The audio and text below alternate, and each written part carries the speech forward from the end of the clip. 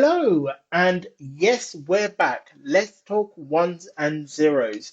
And can you believe the last time I did a podcast with the gang that used to join me was on the 14th of February in 2023?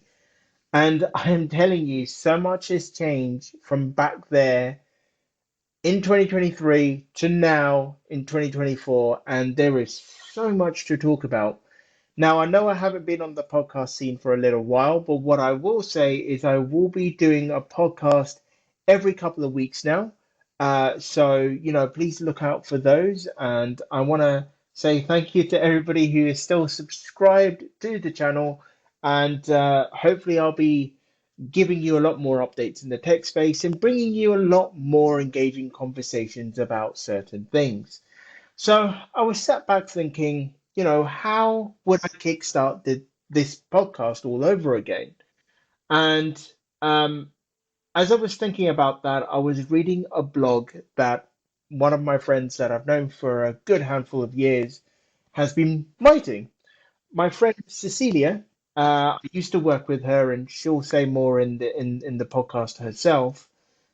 She's been writing blogs, and her blogs basically went down focusing on AI, artificial intelligence. And I reached out to Cecilia and I said, Cecilia, would you like to do a podcast about AI with me? She said yes, and I couldn't be even more happier because her blogs are amazing. So, what I will do at the end is I will, after the chat with Cecilia, I will give you the link on where you can follow her as well. But I really, really hope that you enjoyed this conversation. I let Cecilia do most of the talking because this space is really interesting and she's really clued up on it. And we talk about a few key options, and I'm hoping it's one of many podcasts that I do with her. But I'm going to go straight to it. I hope you enjoyed this podcast, and yeah, I'll chat to you all afterwards.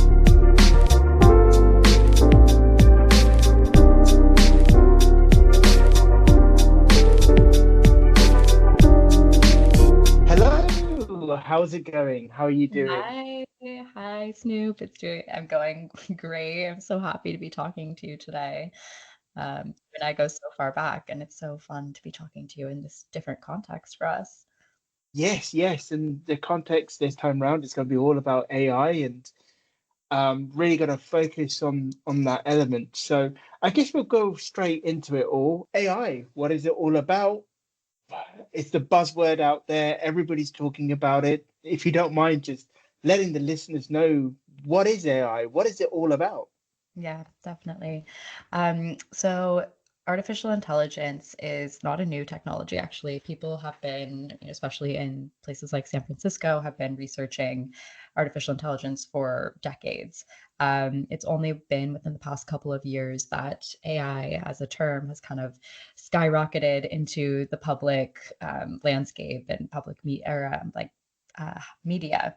And AI is at its core actually machine learning. So in San Francisco, a lot of people will say like we'll use machine learning and AI kind of interchangeably, but this term AI is now the most popular way to talk about it. But AI uses machine learning and pattern recognition to kind of make predictions of what we want to come next. So, for example, when you ask ChatGPT or another large language model a question, ChatGPT is then going into its vast data set that it's been trained on, and is then making a prediction on the best possible outcome that is going to assist you with that goal.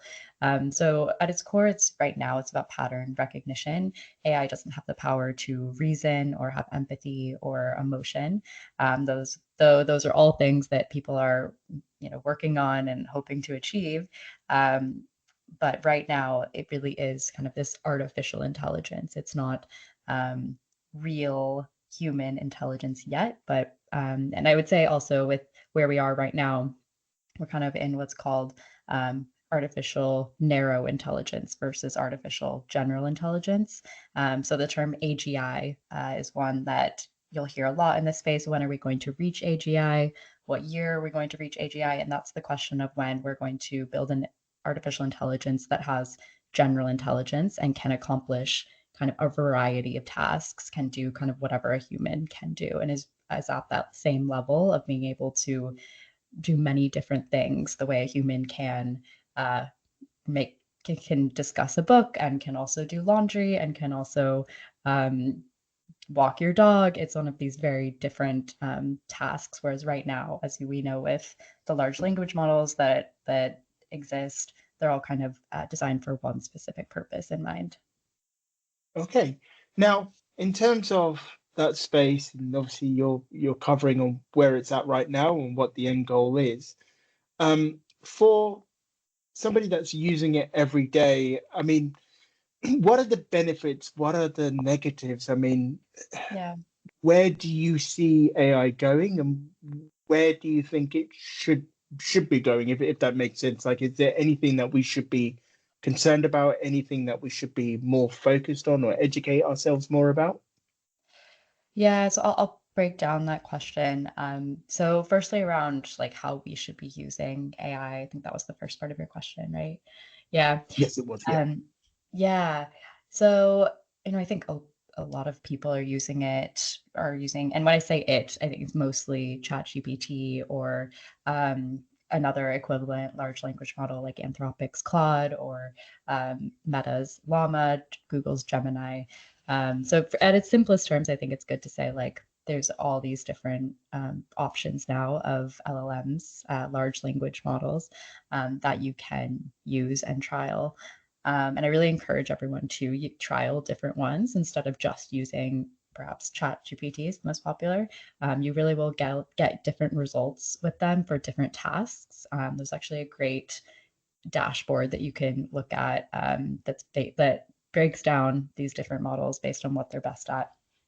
Um, and so what you should be using them for is um, whatever you feel like you are going to put into Google and spend a lot of time looking for results on. So I think one thing that is obviously being used a lot is just like information gathering and research.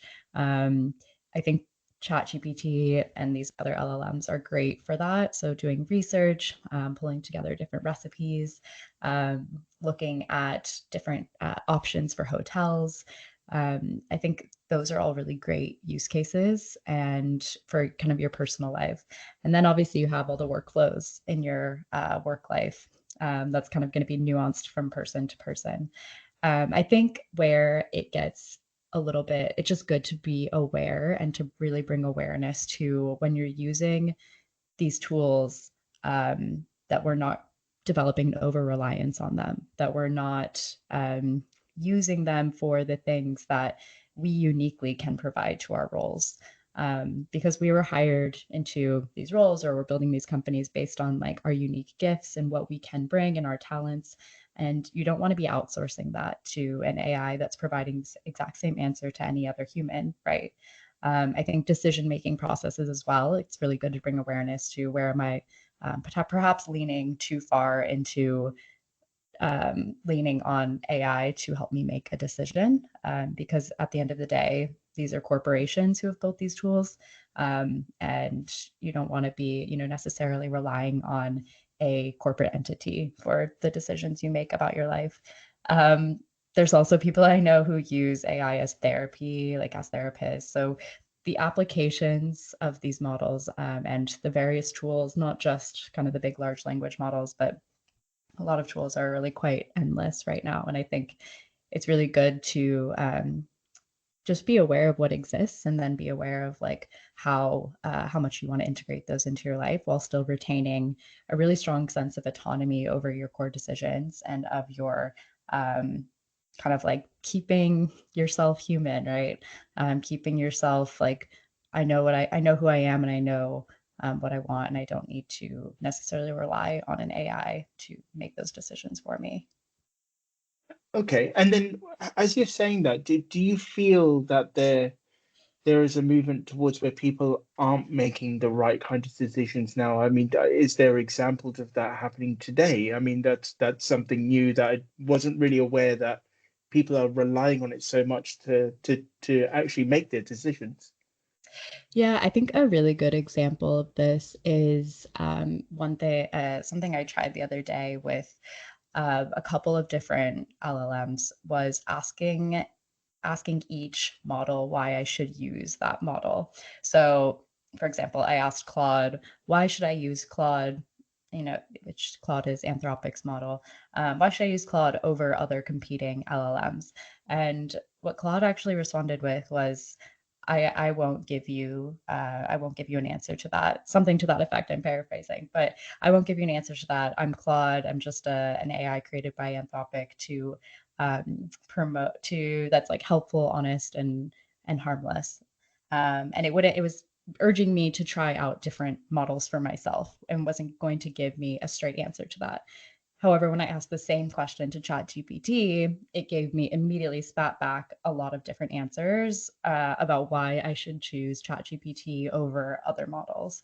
And I think that like is a good metaphor for how you can look at the tools that you're using. And Claude, for example, is just putting the decision making back on the human. It's putting the ownership of the choice onto the human.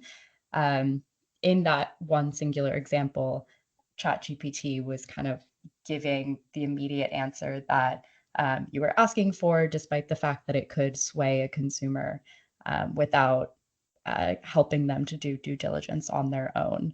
So I think, does that answer your question? It's kind of a helpful metaphor for how Yes, it does. they, It yeah, does. Yeah. I mean, I've not used Claude myself. I've used other models, so that's quite interesting. I might actually give that a go yeah. myself at some point and obviously see what it says. So obviously, there's a big buzzword for people that are more in the know where they talk about ethical AI. Mhm. When we are talking about ethical AI, what exactly are we discussing in this space? Well, what are we trying to achieve, and what exactly does it mean? Right. Yeah. So I think the easiest way to think about ethical AI or AI ethics is looking at how AI is going to impact society. And that is like at the very broadest level. When you drill down into AI ethics, there's various kind of applications of AI ethics. There's frameworks that companies can implement to ensure they're innovating ethically. There's the AI ethic, or there's the ethics of the data sets that companies have used to train their models. So data privacy is a huge kind of pillar within AI ethics, right? ChatGPT was trained on millions of people's work without their consent or compensation, and now it's being used again without their consent or compensation. As we're kind of seeing with the Scarlett Johansson example debate with OpenAI. And so AI ethics really it doesn't urge the stifling of AI innovation. It doesn't say, hey, AI is bad. The framework or the stream of thinking is we're creating this technology and we want to do so in a way that is ethical, that is fair, and that really keeps the most vulnerable members of society at the forefront and make sure that we're not creating something that is going to be detrimental to children, to minorities, to people who just don't have as much of a voice in this technology that's being created.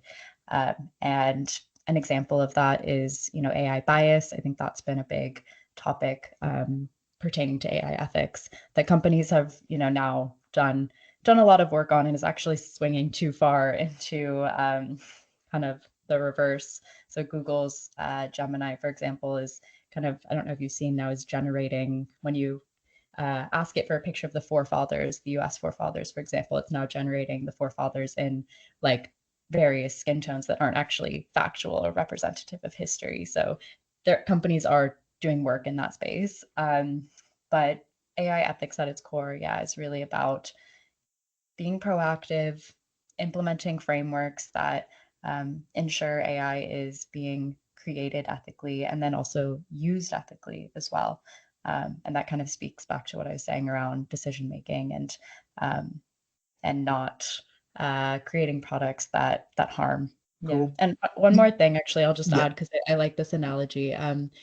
It kind of speaks, I think, an easy way for people to think about this is when doctors in the US at least take an oath, they take the Hippocratic oath, right? They say, I am in a position of power and I promise to do no harm. I vow to do no harm. Um, it's kind of like that for tech companies. So it's them taking the ownership, saying, I'm in a position of power and I'm going to vow or do my best to do no harm.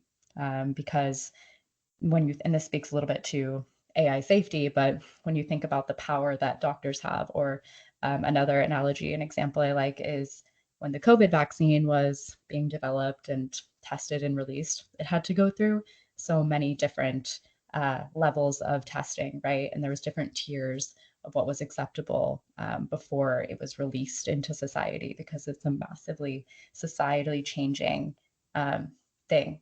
And AI and technology is as well, but there's no system of checks and balances to kind of ensure that this massive societally changing initiative will not impact the people it's using. But that speaks a little bit more to AI safety. So the next question I have is when it comes to the time and moment that we're in right now, and when I mention time and moment, I'm talking about when the internet first came and it just went wild and we kind of lost control. Then afterwards, people were trying to rein that back in. Same with social media, it was out there, and now we've got government and other people trying to obviously rein that back in. Do you feel that we could potentially end in a same situation where it may go out of control, or and if that is the case, what needs to be done now to ensure that we're on top of it? Yeah, it's such a powerful question. I I think a lot of people are in a place right now where, yeah, we are in a reckoning moment with social media, for example. And I think this is a really good moment to take stock of what's happened with social media and to look at our response time to the negative and detrimental effects of social media, and then look at our current moment and position with AI and think about, okay, how can we do things differently? When we look at the rates of teenage suicide and teenage mental health decline. It has gone up kind of in direct correlation since 2010, which was when social media really started to, it's when Instagram started becoming popular. And there's a really good method of thinking here, which is how can we measure where we are right now with society's markers of like health and success so that, and continue that measurement so that when and if AI does cause teenage mental health to plummet even further, or when it causes people to become incredibly unhappy and causes massive unrest because of job disruption and job loss, we can immediately attribute it to effects caused by the technology. Because oftentimes we just don't get the same level of recognition when we don't have those exact measurements from before. It's a lot of like, oh, we don't know for sure, we don't know definitively that social media, for example, is causing these like the mental health issues.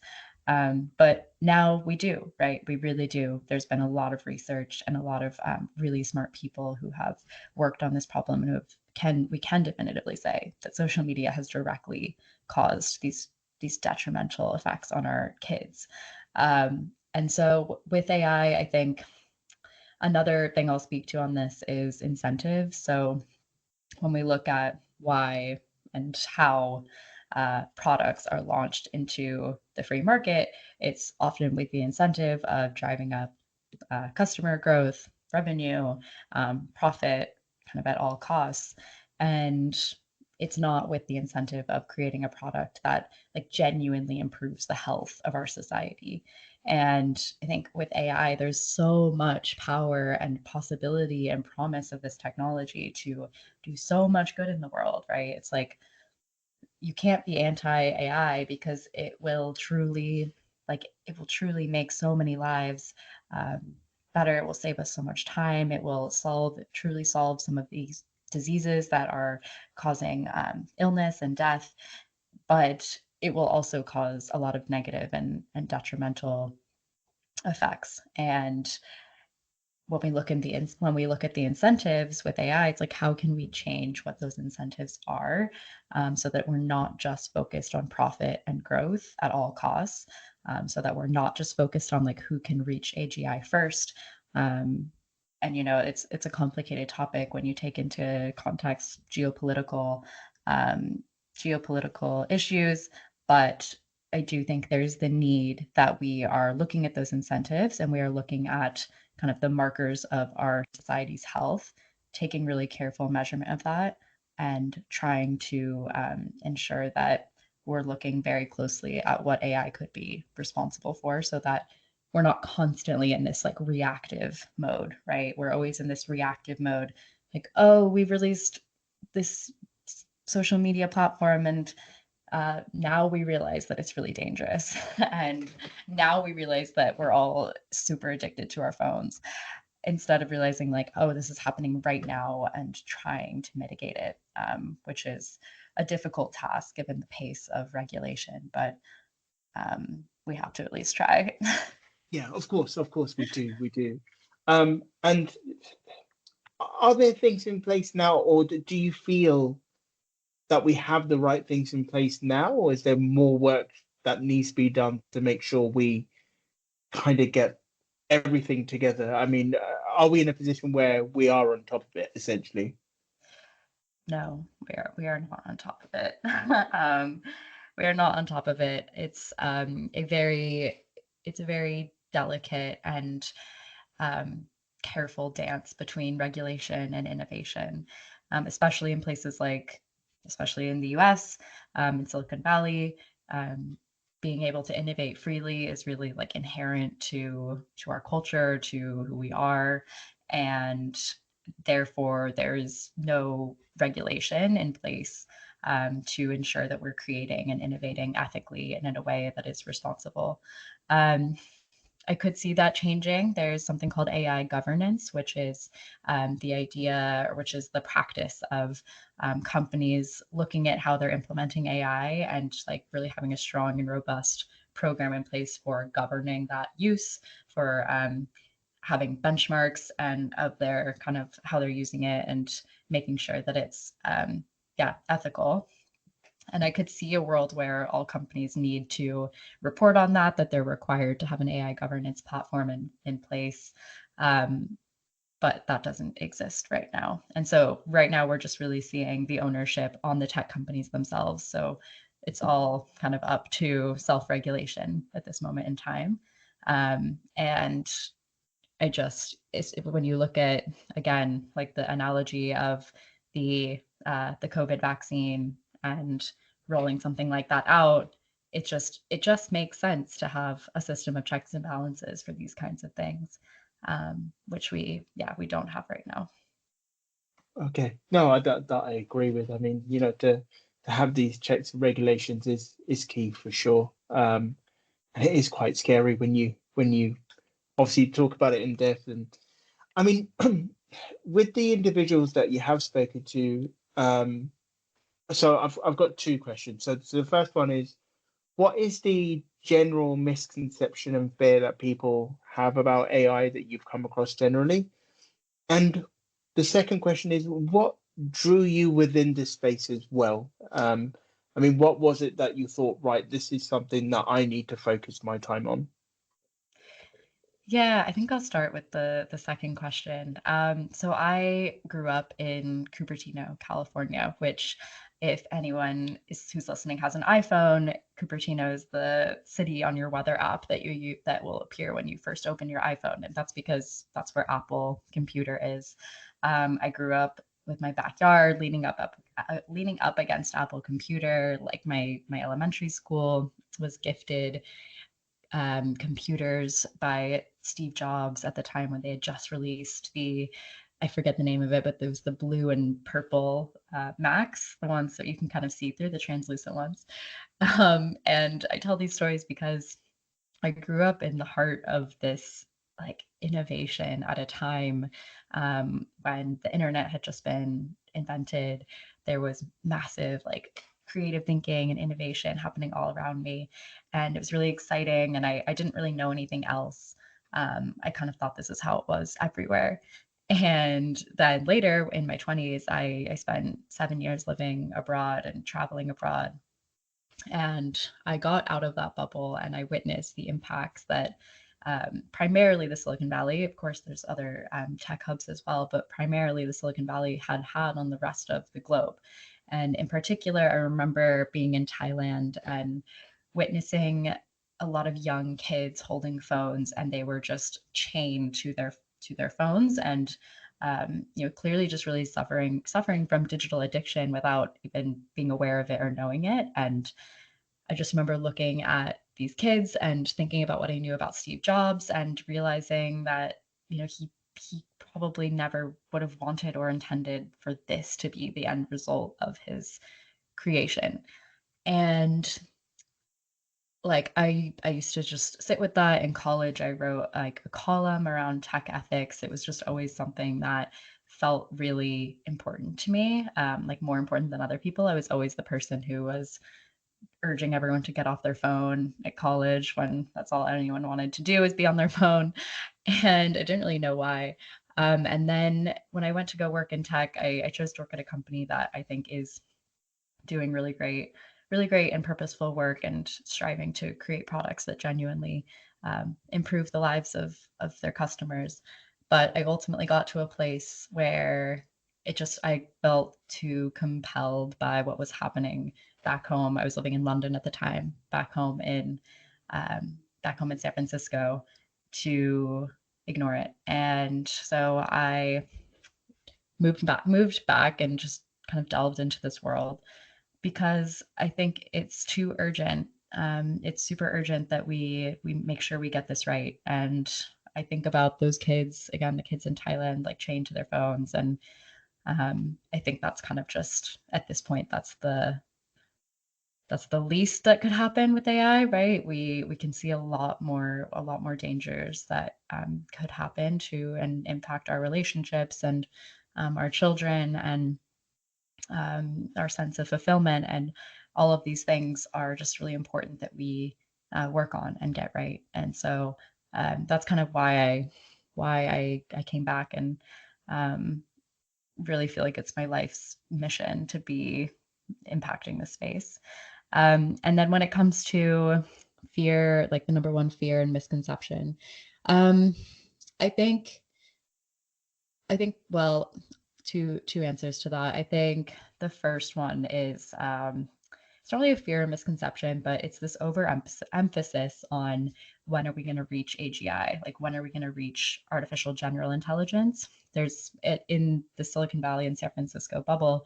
That is the biggest question, and it is such an important one. But for me, I guess I question why we're so focused on when exactly and not more focused on how can we solve the problems that we're seeing with AI right now, because the problems that exist right now within AI, like we will only perpetuate in AGI, because if we don't fix them right now, they're going to be kind of built into AGI. And then when we uh, build AGI, those really, really smart AGI systems are then going to build even more intelligent AGI systems. And that's when some talk about the potential for a human loss of control. And so it's so important right now that we are looking at the problems that exist, like bias, like how this is going to impact the most vulnerable members of society, and building programs that will mitigate some of those issues.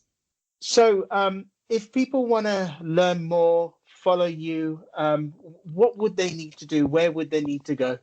So yeah, thanks. Great question. I write and publish a weekly Substack called Remaining Human, with the AI and remaining capitalized. Um, I started this Substack as a way of really just asking questions, because I think all the space is right now is questions. No one actually knows like what is going to happen. And I also started it with the intention of breaking down AI for people who aren't technologists, who aren't like as interested in AI, right, as a lot of us are. They're just kind of living their lives and know that it's something that they should care about, but or should at least know about, but perhaps haven't found a way into that yet. And then the emphasis with remaining human is creating a space, a community space where we can discuss together, like how do we want to be humans in the future? Like how are we going to find a sense of fulfillment if a lot of our work tasks are being automated by AI? How do we want to live alongside potentially at-home robots who are doing our laundry? Like it's really a space for us to talk about some of those things, because even though they seem really futuristic and quite sci-fi, they're really a lot closer than we think. Um, so yeah, you can follow, or you can go to ceciliacallis.substack.com to find that, or just Google search remaining human, Cecilia Callis Substack, and you should be able to find it pretty easily. And you can subscribe for free, and hope you guys follow along. Yes, and I will definitely share it as well in the links. So please do follow. It is a great read. I'd follow it myself, and hence why this podcast has come about. But no, thank you very much for your time. I really appreciate that, and hopefully we can jump onto another podcast with some more updates within the AI space. Yes, definitely. Thank you so much, Snoop. This has been so great to talk to you. And I hope, yeah, it's been helpful. And if anyone wants to follow up with anything I've said or reach out, you can also do so through Substack, or find me on social media. Cool, brilliant. Thank you. Take care.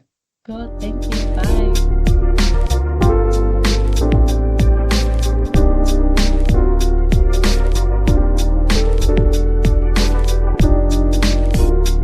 So there we go. That was such a great chat with Cecilia, and just hearing her talk about that AI space and talking about a few key issues here or there, it was great. It was absolutely great, and I really enjoyed it.